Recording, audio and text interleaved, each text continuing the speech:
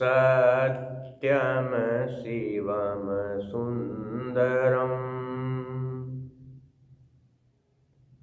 मैं प्रतीत Ram Verma, assistant professor, Shri Gandhi महाविद्यालय, सिधौली, सीतापुर। प्रत्येक प्राणी जन्म से लेकर मृत्यु पर्यंत कुछ न कुछ सीखता रहता है, लेकिन सारा ज्ञान वो सीख नहीं पाता है। और कहा जाता है कि अपूर्णता मनुष्य की परिभाषा है। सीखने का काम ज़्यादातर करते हैं पुरुष करते हैं, मानव जातियाँ, लेकिन ऐसा नहीं है कि अन्य जातियाँ नहीं करती। जो और भी पशु पक्षी जीव जंतु हैं, ये सब कुछ न कुछ हमेशा सीखते रहते हैं और सीख करके ही ये सब आगे बढ़ते हैं। तो हम लोग भी जीवन भर कुछ सीखते रहते हैं, हमेशा कुछ न कुछ। बहुत ज्ञान हो जाता है, लेकिन फिर भी कुछ न कुछ कमी जीवन में बनी ही रहती है, क्योंकि हर ज्ञान सबको प्राप्त नहीं हो सकता है। क्योंकि ज्ञान एक ऐसी अनमोल चीज़ है, एक ऐसा अद्भुत तत्व है जो बहुत बड़ा है, जिसकी कोई सीमा नहीं है। आप ज्ञान प्राप्त करने के लिए लग जाएं, पूरी जिंदगी चली जाएगी, लेकिन सारा ज्ञान आपको प्राप्त नहीं हो सकता। ज्ञान वास्तव में एक अद्भुत तत्व है और ज्ञान हम कहीं से भी प्राप्त कर सकते हैं,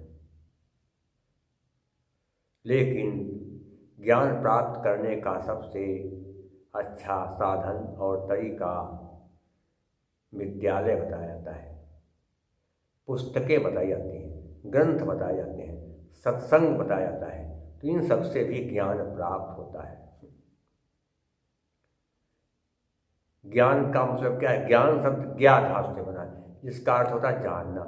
जिसके द्वारा जाना जाए वही ज्ञान है, जिसके द्वारा जाना जाए वही ज्ञान है। ज्ञायते इति ज्ञानम, मेरे विचार में तो है। तो सारी बातों का जो है उल्लेख ही है या निचोड़ कि हम किसी भी तत्व से ज्ञान प्राप्त कर सकते हैं।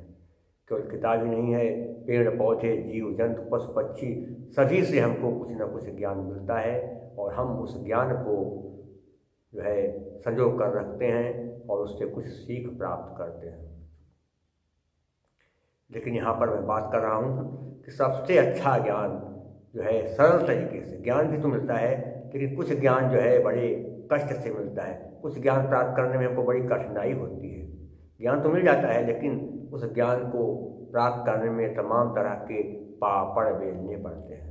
और कुछ ज्ञान, वही ज्ञान एक जो है कभी कभी बहुत ही आसान तरीके से मिल जाता है, और खेल खेल में ज्ञान मिल जाता है। इतना आनंद आ जाता है कि आनंद भी आता है और ज्ञान भी प्राप्त होता है। तो आनंद के साथ ज्ञान प्राप्त करने का यदि कोई साधन है तो वह है साहित्य। क्या है? साहित्य। शब्द और अर्थ का सुंदर तालमेल ही साहित्य है। जहाँ पर सुंदर शब्द हों और उन शब्दों के सुंदर सुंदर अर्थ निकलें, उसे साहित्य कहते हैं। तो क्या हो गया अर्थ? कि शब्द और अर्थ का सुंदर सामंजस्य या तालमेल ही साहित्य है। क्योंकि साहित्य जो है बहुत ही रसमय ढंग से लोगों को सारी बातों का ज्ञान कराता है। साहित्य से हम सामाजिक, धार्मिक, राजनीतिक, शैक्षिक, आर्थिक, सांस्कृतिक बातों का ज्ञान भली भांति प्राप्त कर सकते हैं। साहित्य के द्वारा हम लौकिक और अलौकिक ज्ञान भी प्राप्त कर सकते हैं, क्योंकि साहित्य के माध्यम से जो है ज्ञान जो प्राप्त होता है वो बड़ा आनंदपूर्ण होता है। आप कथाएं सुनते हैं, जाते हैं, देखिए कभी कभी तमाम प्रकार की कथाएं होती हैं, भागवत होती है, सत्संग होता है, और कभी कभी उसमें गीत सुनाए जाते हैं, भजन सुनाए जाते हैं। तो उनके माध्यम से व्यक्ति बैठा है और कथा कहानी के माध्यम से जो है लोगों को तमाम तरह का ज्ञान दे जाता है। कहानी के माध्यम से, कथा के माध्यम से, संगीत के माध्यम से ज्ञान कारण अगर कोई साधन है तो है वो साहित्य। साहित्य में रस होता है, बाकी सब हैं लेकिन उसमें रस नहीं है। तो साहित्य में क्या कहते हैं कि सामाजिक राजनीतिक सारी बातों का हमें ज्ञान मिल जाता है। आप क्या कहते, कोई क्या ग्रंथ पढ़ें तो आपको सारी बातें मिल जाएंगी। उसमें से सबसे बड़ा जो है ज्ञान जिसे हमको प्राप्त करना है सामाजिक आर्थिक राजनीतिक का, तो कहाँ, महाभारत एक ऐसा ग्रंथ है, इसमें 1,00,000 श्लोक हैं और उसको यदि हम पढ़ लें तो फिर सारी बातों का ज्ञान हमें हो जाएगा। सामाजिक आर्थिक राजनीतिक सब कुछ, लौकिक अलौकिक बातों का भी ज्ञान हो जाएगा। कौटिल्य का जो है अर्थशास्त्र पढ़ लें तो भी राजनीति का पूरा ज्ञान हो जाएगा, क्योंकि साहित्य में जो है, साहित्य भाषाओं से जुड़ा हुआ है। जो भाषाएं हैं उनमें साहित्य है, और साहित्य में बहुत ही सरल तरीके से ज्ञान देने का जो है तरीका अपनाया गया है। सब संसार का सबसे प्राचीन साहित्य संस्कृत भाषा का साहित्य है, और संस्कृत भाषा में बहुत ही रोचक ढंग से ज्ञान देने का प्रयास किया गया है। अगर हम संस्कृत के ग्रंथों को ले लें तो उसमें हमको जीवन के सारे पक्षों का वर्णन मिल जाएगा। हमें जागने से लेकर के सोने तक क्या करना है, क्या नहीं करना है, कैसे करना है, कि हम ये सब काम करें किस ढंग से तो हमें जीवन में सफलता मिले, हमको आराम मिले, हमारा जीवन आनंद से भर जाए। ये सब बातें कहाँ हैं, साहित्य में है। अब उसी को आधार बना कर जो बाद में क्या कहते भाषाएं आई, हिंदी आई, पाल आई, प्राकृत क्या कहते हैं भरत, उसमें भी जो कहते ज्ञान की बातें बताई गई, लेकिन उन सबका मूल आधार संस्कृत भाषा है। संस्कृत जो है ऐसा ज्ञान कराती है कि आप सुनेंगे तो आनंद से भर जाएंगे। जैसे बताएं आपको क्या कहते क्या करना। किसी संसार में प्रेम जो है एक ऐसा शब्द है जो बड़ा जो है महान है, और प्रेम जहाँ पर है वहीं पर आनंद है। कबीरदास जी ने भी कहा कि, और कई भी कवियों ने कहा, रहीमदास जी ने भी कहा कि रही मन धागा प्रेम का, मत तोड़ो चटकाय, मत तोड़ो चटकाय, और टूटे से फिर ना जुड़े, जुड़े गांठी पर जाए। प्रेम का धागा जो है बड़ा मजबूत होता है। प्यार से आप किसी को भी अपने बस में कर सकते हैं। मानव जात की तो बात ही छोड़िए, पशु पक्षी जीव जंतु को भी आप प्यार से प्रेम से अपने बस में कर सकते हैं, उसको जो है पा सकते हैं। लेकिन अगर हमें किसी से सच्चा प्यार करना है, प्रेम का कहते बना रहे, तो हमें 3 बातों का जरूर ध्यान रखना है। मानव से अगर हम प्रेम कर रहे हैं किसी मानव से या किसी पुरुष से, व्यक्ति से, तो हमें 3 बातों का जरूर ध्यान रखना चाहिए। क्या कि विपुलाम प्रीतिम, कि विपुलाम प्रीतिम इपसेद त्रीणि तत्र न कारयेत्, वाग्वादम अर्थ संबंधम परोच्छेदार दर्शनम। कि अगर हमें किसी से सच्चा प्यार करने की इच्छा है तो 3 बातों का बड़ा का ध्यान रखना है। 3 बातें नहीं करनी चाहिए मित्र के साथ। क्या? वादवादम, उस मित्र से कभी बहस नहीं करनी चाहिए। बहस करेंगे तो झगड़ा हो जाएगा। अर्थ संबंधम, धन से कोई भी लेन देन न रखिए। अगर इसका धन दे दिया तो कहते मांगिए मत, और अगर कहते मित्र का कहते मांग ले तो चाहे जैसे कहते हो, अगर आपका कहते दे दीजिए। और अगर मित्र न हो घर पर तो उसके घर मत जाइए, और अगर जाएंगे तो होगा कि उस मित्र की पत्नी देखने आए थे, तो लोग तरह तरह की बातें करेंगे। तो इस चीज़ से तो पहली बात क्या है, संसार में प्रेम कैसे पाया जाता है, इसका भी वर्णन कवियों ने किया है। प्रेम भावना से होता है। यदि किसी के साथ आप मधुर बोली बोलेंगे तो मधुर बोली का बड़ा असर होता है। किसी के साथ प्यार से बोलेंगे तो जो है वो आपसे पसंद रहेगा, और अगर थोड़ा सा कटु वचन बोल दिया तो फिर व्यक्ति नाराज हो जाता है और फिर उसको मनाना बड़ा कठिन हो जाता है। सभी लोगों के पास बल होता है, लेकिन कुछ लोग बेचारे निर्बल होते हैं। उनके बारे में कहा गया सत्संग क्या कि दुर्बल बलम राजा बाला नाम रोदनम बलम मूर्ख मौनि त्वम चौराणामन्वितम बलम। दुर्बल का बल राजा होता है और बालक का बल रुदन होता है। बालक अगर रोए नहीं तो फिर उसको कोई पूछेगा नहीं, न दूध मिलेगा। और मूर्ख का सबसे बड़ा बल क्या है? चुप रहना। वो चुप रहे, बस समझेंगे सब ठीक है, बहुत ज्ञानी है। और अगर चोर का सबसे बड़ा बल झूठ होता है। अगर चोर झूठ न बोले तब तो फिर उसकी दूसरा खराब हो जाए, उसको दंड भी मिलेगा। ये सब बातें कहाँ हैं? संस्कृत साहित्य में। और चीज़ का ध्यान रखना है कि हम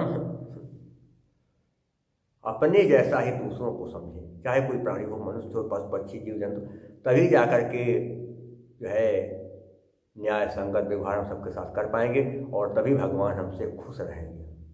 और कभी भी अन्याय से पैसा कमाने का प्रयास नहीं करें, क्योंकि पैसे में कहते बड़ा सुख करते हैं, क्योंकि जहाँ कहते पैसा नहीं तो वहाँ सब बेकार।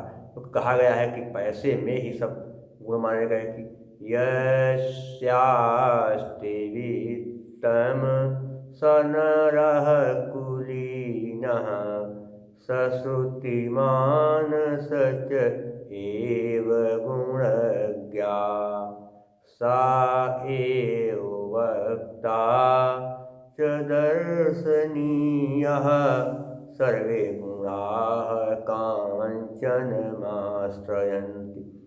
जो व्यक्ति धन वाला है वही सुंदर समझा जाता है, वही गुणवान समझा जाता है, वही वक्ता भी अच्छा समझा जाता है, वही जो है अच्छे कुल वाला समझा जाता है, क्योंकि सारे गुण सोने में रहते मानते हैं। लेकिन ऐसा नहीं है, सारे गुण सोने में तो नहीं रहेंगे, रहते हैं लेकिन ज़्यादा नहीं रहेंगे। अगर व्यक्ति क्या कहते दुर्गुण है, कहते महा कपटी है, नालायक है, तो चाहते कहते कहते वो धनवान हो तो कुछ लोग भले उससे जुड़े, खास उसके जो है विशेष, बाकी सब लोग उसको त्याग दें, कोई नहीं रखेगा साथ। तो पैसा कमाए संसार में रह करके, लेकिन कभी भी अन्याय से धन नहीं कमाना चाहिए कि आप पैसा कमाएं और आपके पैसा कमाने से किसी का नुकसान हो, अहित हो। इस चीज़ का भी ध्यान रखना है, क्योंकि पैसा भी आप कमा तो लेंगे लेकिन उसका फल बाद में आपको बहुत भारी मिलेगा। संस्कृत में यहाँ कहा गया कि अन्यायोपार्जितं वित्तं 10 वर्षाणि तिष्ठति प्राप्ते चैकादशे समूलं तद् विनश्यति। अन्याय से कमाया हुआ धन 10 साल तक चलता है और 11वें साल जड़ के साथ नष्ट हो जाता है। लेकिन ऐसा नहीं हो, तो हम तो देखते हैं कि अन्याय कमाते हैं तो 20 साल 50 साल भोगते हैं। तो अगर वो ऐसा कर रहे हैं पारस, तो उसके पीछे क्या कहते हैं? प्रारब्ध है। उन्होंने कहते लोगों ने पहले से पूर्ण कर्म कर रखे हैं, उन पूर्ण कर्मों के प्रभाव से मौज मस्ती कर रहे हैं, सुख भोग रहे हैं, और जिस दिन उनके पूर्ण कर्म समाप्त हुए तो उनको बहुत भारी दुख झेलना पड़ेगा। संसार में लोग क्या करते हैं? अपने सुख के लिए दूसरे को दुखी करने का प्रयास करते हैं। कुछ लोग तो कहते इतने नीच होते हैं कि वो सोचते हैं कि ये फला व्यक्ति सुखी है, दुख पाए, और दूसरे को दुख देने के लिए, दूसरे को दुखी करने के लिए अपना नुकसान भी वो उठाने के लिए तैयार रहते हैं। कहते हमारा भले कहते नुकसान हो जाए, चला जाए, लेकिन इनको ये सुख नहीं मिलना चाहिए। ऐसे नीच श्रेणी के लोग होते हैं, तो ऐसे लोगों से आप बच कर रहे हैं हमेशा। तो संसार में कहा जाता है कि कुछ लोग बहुत अच्छे होते हैं, वो दूसरे को दुखी देख करके जो है चैन से नहीं बैठते, सोचते हैं कि दूसरे अगर दुखी हैं तो इनका हम दुख कैसे दूर करें। और बात क्या कहते हैं, मनुष्य पशु की गड़बड़ नहीं है, कोई भी पशु हो, पक्षी हो, जीव जंतु, पेड़ पौधा हो, तो उसकी सेवा करने का हमें प्रयास करना चाहिए। प्रत्येक प्राणी को हमें, अगर हम जो है सुख न दे सकें तो दुख देने में तनिक भी भागीदार हमें नहीं बनना चाहिए। प्रत्येक प्राणी को हमें क्या करना चाहिए, सुखी रखने का प्रयास करना चाहिए। यदि हम दूसरे को सुख देने का ही प्रयास करेंगे, इच्छा करेंगे, तो भगवान हमको भी सुख देंगे, क्योंकि भगवान के घर देर है अंधेर नहीं है। हम तो देखते हैं कि लोग क्या करते हैं, उल्टे सीधे कर्म करते हैं और पाप पर पाप करते रहते हैं, लेकिन उनको कोई चिंता नहीं। लेकिन जो दूसरे के दुख से दुखी हो जाता है वही वास्तव में संत है, महात्मा है। संत हृदय नव नीत समाना, संतों का हृदय मक्खन के समान कोमल होता है, माना गया। तुम क्या देखते हैं, इस समय लोग पशुओं को पालते हैं, पक्षियों को पालते हैं, ठीक पालिए, खूब बढ़िया, कुछ रोजगार आपका चल रहा है, लेकिन आप मौज मस्ती से रह रहे हैं, पशुओं को पाला है, समय पर उनको चारा पानी दे रहे हैं, ठीक है। लेकिन गर्मी के मौसम बेचारे पशु कभी हम देखते हैं, क्या कहते हैं, कई बार धूप में बेचारे पशु हैं, हाफ रहे हैं, प्यासे हैं, परेशान हैं, लेकिन उनके जो मालिक हैं उनका ध्यान नहीं देंगे, कब पानी देना है, कब नहीं देना है, कुछ पता नहीं। तो ये काम ठीक नहीं। अब तो देखे जाड़े का समय आ गया है, अब तो जाड़ा काफ़ी होने लगा है, और लोग क्या करते हैं, कंबल ओढ़ते हैं, कुछ लोग रजाई भी ओढ़ने लगे हैं, और अपने पशुओं को खुले मैदान में बांध देते हैं। रात भर ओस पड़ती है, बेचारे पशु ठिठुराते हैं, परेशान रहते, महादुखी जीवन व्यतीत करते हैं। अगर उनसे कहो कि अरे इनको क्यों नहीं बांधते हो, अंदर बांधा करो भाई, ठंडा हो गया, कहते हैं अभी ठंडा नहीं है, थोड़ा बहुत इनको सर्दी सहन करना चाहिए, क्योंकि अगर सर्दी सहन नहीं करेंगे तो ये गर्मी कैसे बर्दाश्त कर पाएंगे। तो क्या करते हैं वो लोग, अभी भी लोग, तमाम लोग हैं, वो पशुओं को बाहर बांधते खुले में, इतनी सर्दी, इतना जाड़ा, तो क्या है, पशुओं को दुख दे रहे हैं। ऐसा नहीं करना चाहिए, क्योंकि अगर ऐसा करेंगे तो उसका फल तो उनको मिलेगा ही। एक महान भाव थे, उनके बारे में किताब बताएं, वही पशुओं की देखभाल नहीं करते थे और पशुओं को उल्टा चारा पानी देते, और जाड़ एक समय था और पशु बेचारे बांध दिए, और वहाँ पर गीला हो गया, पेशाब किया, गोबर जो है टिट्टी पेशाब किया, सब हो गया।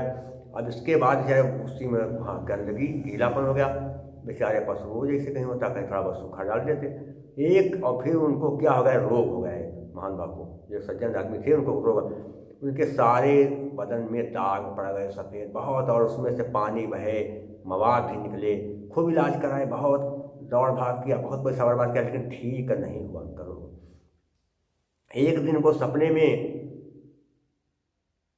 दिखाई दिया, पशु बोल रहे हैं, कह रहे तुम मौज मस्ती कर रहे हो, हमको देखे यहाँ आपने तुमने बांध दिया है, हम कितना दुख झेल रहे हैं, बताओ यहाँ पर जाड़े मौसम है, यहाँ गंदगी है और कितना गीला हो गया, हम बताओ कैसे बैठें, कैसे क्या करें, कितना ठंडा है, बताओ तुम बहुत दुष्टे कर रहे हो, जैसे ही करने कर वैसे फल पा रहे हो, अगर हमारे साथ ऐसे करते रहोगे तो तुम और दुख झेलोगे। तो महानुभाव इतना परेशान हो गए थे कि उन्होंने रिश्तेदारी जाना छोड़ दिया, बाहर नहीं निकलते, घर में पड़े रहते, बहुत दुखी थे। तब वो तुरंत कर रात में उठे और गए, फिर क्या कहते पशुओं के यहाँ जो गंदगी थी और गीला था उसमें सब पुआल डाला, सब सूखा पुआल डाला और सब उसको साफ बढ़िया सूखा कर दिया। फिर पशुओं को बैठने की बढ़िया व्यवस्था बनाई। इसके बाद दूसरे दिन सफाई वफाई किया और फिर वो पशुओं की मन लगा कर सेवा करने लगे। सर्दी में पशुओं को बढ़िया आराम से गर्म स्थान पर रखते, पुआल डाल देते, और गर्मी में भी जो है पशुओं की छाया में बांधते, तो बड़ा ध्यान। तो धीरे धीरे उनका रोग सारा ठीक होने लगा और बहुत जल्दी वो ठीक हो गए कुछ ही दिनों में। तो उन्होंने लिखा था एक किताब में कि मैंने पशुओं की सेवा नहीं की, इसलिए मुझे बहुत दुख भोगना पड़ा, और मैं पशुओं की सेवा करने से उस दुख से, महादुख से मैं मुक्त हो गया। तो पशुओं की सेवा करना जरूरी, क्योंकि पशु बेचारे क्या है, निरपराध है, निर्दोष है, वो बोल तो सकते नहीं, आप उनको जैसे बांधेंगे, जैसे रखेंगे वैसे तो खाएंगे। इसलिए मनुष्य के साथ एक बार आप कम ध्यान दें, कोई बात नहीं, चल जाएगा, लेकिन यदि आप पशुओं के साथ उल्टा व्यवहार करेंगे, जो है उनको दुख देंगे, तो उसका फल ठीक नहीं है, इस जन्म नहीं अगले जन्म मिलेगा ही। इसीलिए कहते हैं किसी के यहाँ बहुत भारी नुकसान हो गया, किसी का घाटा लग गया व्यापार में, किसी के यहाँ कोई जवान पुत्र मर गया, किसी की पत्नी मर गई, किसी का पति मर गया, ये सब हो जाता है। और कोई अंधा हो गया, कोई लंगड़ा हो गया, कोई एक्सीडेंट हो गया, सबके अचानक समस्या। तो ये सब निर्णय कौन करता है इसका? भगवान। कहते हैं किसको कब क्या दुख देना है, किस बात का देना है, वो सब भगवान बनाते हैं। अगर हम दुख पा रहे हैं, महादुख भोग रहे हैं और कहते हैं कि बताइए भगवान भी निष्ठुर है, कुछ हमारे दुखों को दूर नहीं करते।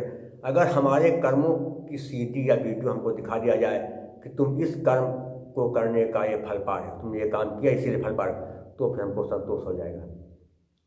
जैसे बड़े बड़े अपराधी होते हैं, चोर डाकू हैं और बलात्कारी, उनको जब फांसी होती है तो उनको दुख होता है, लेकिन जनता को दुख नहीं होता, सोचते हैं कि इन्होंने अपराध किया इसलिए इनको दंड मिल रहा है। तो अगर हम दुख पा रहे हैं तो हम अगर अपने कर्मों को जान जाए कि हमने ये कर्म किए थे इसके बदले हमको दुख मिला है, तो हमें भी अपने आप पर संतोष हो जाएगा।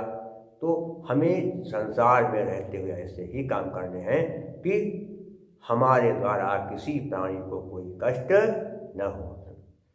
अब सामाजिक बात, अब देखिए साहित्य क्या बताता है कि हमें समाज में रहते हुए क्या करना चाहिए, क्या नहीं करना चाहिए, क्या खाना चाहिए, क्या नहीं खाना चाहिए, कैसे सोना चाहिए, कैसे जागना चाहिए, कैसे उठना चाहिए, कैसे बैठना चाहिए, कैसे बोलना चाहिए, कैसे सुनना चाहिए, क्या सुनना चाहिए, क्या नहीं सुनना, इन सारी बातों का ज्ञान कौन करता है? साहित्य का रहता है, बहुत बढ़िया ढंग से। तो साहित्य के द्वारा क्या कर सकते हैं कि हमको वही चीज़ जो है ज्ञान होता है कि हमको क्या करना है, क्या नहीं करना है। इस चीज़ को हम ध्यान रखेंगे। अब क्या कहते हैं आगे चीज कराती, क्या कहते हैं आर्थिक। साहित्य के भी यही बताता है कि हमें क्या करना चाहिए, क्या नहीं करना, क्या करके, क्या काम करके हम पैसा कमा सकते हैं, क्या कार्य करके हम धन जोड़ सकते हैं। तो इसीलिए सबका जो है बना दिया गया उसमें नियम कि जो है ब्राह्मण क्या करेगा, ज्ञान देगा सबको, उसके वजह पैसा मिलेगा। क्षत्रिय सबकी रक्षा करेगा, उसको पैसा मिलेगा। वैश्य पशुपालन और क्या करेगा, व्यापार करेगा, खेती करेगा, और सूद सबकी सेवा करेगा, उससे उसको पैसा। तो ये तो पहले के नियम थे। अब के नियम में कुछ कहते कर नहीं, सब क्या कहते बदल गया। जाति पांच का कोई नियम कानून नहीं। आप किसी भी जाति में हो, आपको जो व्यवसाय पसंद आ जाए, जो समझ में आए, उस व्यवसाय को कीजिए, बशर्ते उस व्यवसाय को आप ईमानदारी से करिए, तब आपका जीवन जो है बड़ा आनंदमय हो सकता है। रक्षा, रक्षा प्रत्येक व्यक्ति जो है वो ब्राह्मण का भी कार्य करता है, कर सकता है, ज्ञान भी दे सकता है, दूसरों को पढ़ा सकता है, और जो उसके पास पड़ोस हैं, जो उसके संरक्षण में है, उनकी वो रक्षा कर सकता है, जो संरक्षण में नहीं उनकी भी रक्षा कर सकता है अगर सब मौका मिले। और वो व्यापार भी कर सकता है मौका मिले थोड़ा बहुत। तो खेती अगर है तो खेती करे, अगर नौकरी कर रहा है तो खेती ना करे। और सेवा धर्म सबसे बड़ा धर्म है। इस धर्म को तो मैं सबसे बड़ा धर्म मानता हूँ। और सेवा कोई भी हो, वो सब सेवा सबको एक दूसरे की करनी चाहिए। सेवा से ही मेवा मिलता है, ये भी जानते हैं। तो कुछ सज्जनों का स्वभाव होता है कि दूसरों के दुखों को दूर करना, और अगर किसी में कोई कमी भी है तो उस कमी की ओर ध्यान नहीं देते। पर दुख सही पर छिद्र दुरावा, ये माना गया। और दूसरी क्या कहते हैं कि अगर आपका कोई मित्र है तो मित्रता आप ठीक ढंग से करिए, क्योंकि जो मित्र अपने मित्र के दुख सुख में शामिल नहीं होता है, वो व्यक्ति अच्छा मित्र नहीं कहलाता है समाज का। भगवान राम जो है सुग्रीव से कह रहे थे कि हे सुग्रीव, कि जे न मित्र दुख हो ही दुखारी, तिनहि बिलोकत पातक भारी। जो अपने मित्र के दुख से दुखी नहीं होता है, उसको देखते ही महापाप लगता है, ये माना गया। तो कहने का मतलब यहाँ ये है कि साहित्य के द्वारा हमें ज्ञान प्राप्त होता है, और वो ज्ञान बड़े ही आनंदमय ढंग से प्राप्त होता है।